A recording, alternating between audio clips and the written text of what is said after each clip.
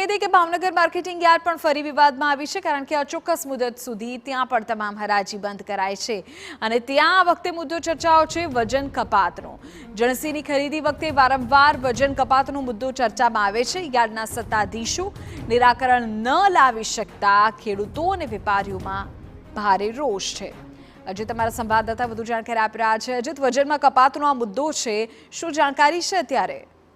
વિધિ, ભાવનગર સહિત ગુજરાતના અનેક જે શહેરો છે કે જે વિસ્તારની અંદર, ગ્રામ્ય વિસ્તારની અંદર જ્યાં બહુ મોટું ડુંગળીનું ઉત્પાદન થાય છે, ત્યાં અત્યારે જે ખાસ કરીને કેન્દ્ર સરકાર દ્વારા જે એક્સપોર્ટ ઉપર જે બંધ કરવામાં આવ્યું છે એક્સપોર્ટ, તેને લઈને વિરોધ થઈ રહ્યો છે। ત્યારે ભાવનગરની અંદર એક્સપોર્ટને લઈને વિરોધ તો ડુંગળી બંધ કરવામાં આવી છે તેને લઈને વિરોધ છે, સાથે સાથે વજન કપાતના પ્રશ્નને લઈને પણ છેલ્લા ઘણા સમયથી સમસ્યા છે। જે રાજ્ય સરકાર, જો કે સૌથી મોટી કરુણતા એ કહી શકાય કે ભાવનગર માર્કેટિંગ યાર્ડમાં અહીંયા તમામ અત્યારે સત્તા ભાજપની હોવા છતાં યાર્ડની ચૂંટણી નથી થતી અને યાર્ડની અંદર હાલમાં સત્તા પર કોઈ પણ પક્ષ નથી, વ્યક્તિ નથી, સંચાલન નથી, જેને લઈને ભારે સમસ્યા થઈ રહી છે ખેડૂતોને।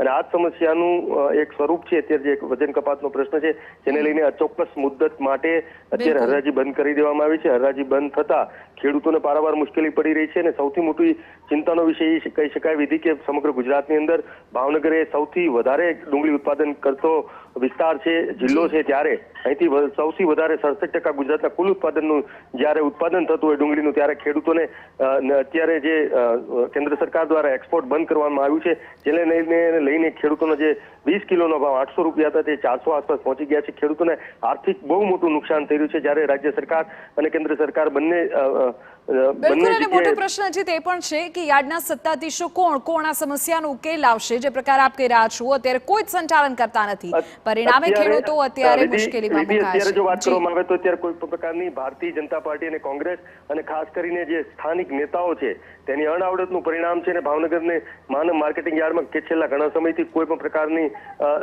અગાઉ પણ ભાજપની સત્તા હતી, પરંતુ એકબીજાની કોર્ટ મેટરને લઈને સત્તા મેળવવાની લાલસાને લઈને અત્યાર સુધી સત્તા પર કોઈ નથી।